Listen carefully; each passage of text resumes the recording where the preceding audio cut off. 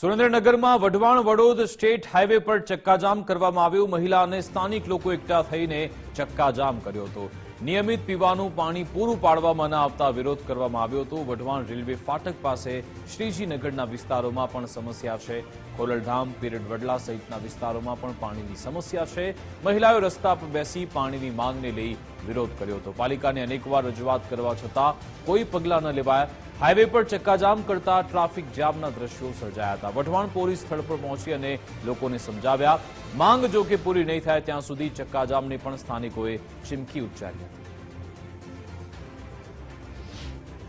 અમારે પાણી, ગટર લાઈન, કોઈ જાતની સુવિધા નથી, લાઇટની પણ સુવિધા નથી। અમારે લાઇટ પણ રાત દિવસ ચોમાસું ચાલુ થાય ત્યારથી બંધ થાય કે વાવાઝોડું સેજ આવ્યું તો પણ લાઇટ બંધ થઈ જાય। અમારે નાના નાના છોકરા છે, બે અઢી વર્ષના છોકરા છે, અમે છોકરા રડે એને ક્યાં લઈને જાવી? અમારે પાણીની સુવિધા નથી। પાણી પણ અમારે 4 દિવસે આવે છે અને એ પણ અડધી પોણી કલાક આપે છે।